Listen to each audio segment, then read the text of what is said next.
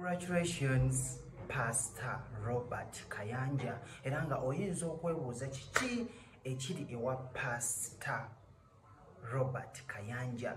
Kino ekiri eno ssanyu lyerere.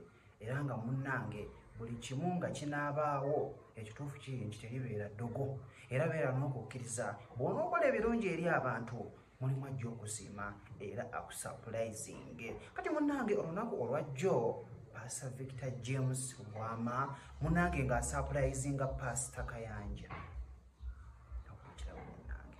Yabadde ali awo agenda okulaba oli avaayo nga wakujuliza okusinziira byamukoledde. Buli muntu abaako n'ebintu oli byaba amukoledde nga mu butuufu ayagala abeere ng'asiima era nga yamusiimye n'emmotoka mpya ttuku ng'era woonoolaba eya President Museveni nga gy'avuga type bweti l'emmotoka eno ng'eva Germany. Ogenda kubeera nga olaba ekyabaddeho, ngenda kubeera nga ate nkulaga obeere nga okiraba buli kimu ekyabadde okambe kutereko ate obeere nga obiraba naye nga omukama gyali waggulu eyo gwe tusinza oba omukkiririzaamu omanya nti buli kimu kibeera. Osobola okukola ebirungi naye nga mulimu abasiima. Kama bikulage ate obeere nga obiraba. Tulina okwagala basumba baffe. We have to love our pastors. Era okubaagaliza ebirungi. And to wish them the best. Bwe mbadde ndaba omuntu gwe njagala akyusiza eggwanga lino President Museveni. When I was looking at the man who has turned this nation around, President Museveni, mulabidde ebbanga. I've watched him for a while. Era ne mulaba nga mwegomba. I've seen him and I love what he does. I admire him. Ekimu ku kye namwegombako. One of the things I admired about him, ye emmotoka gy'avuga gye bamuvugiramu. the type of car that he travels by. Naye neebaza Katonda.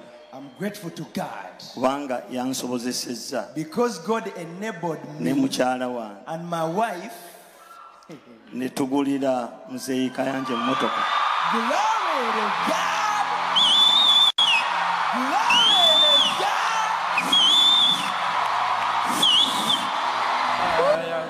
to God. I will see.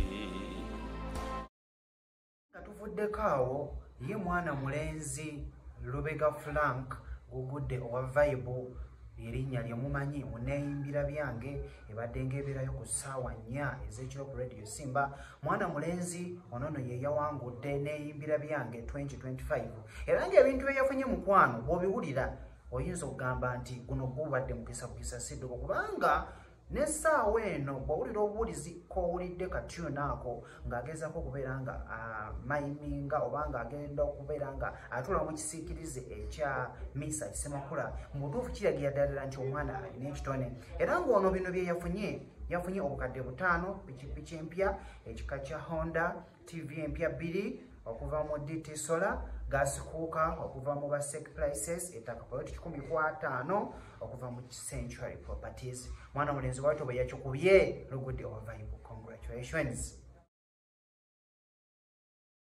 Neyango fumba omukeeka gwange guliwa pereza n'akalediyo amazzi gange galiwa.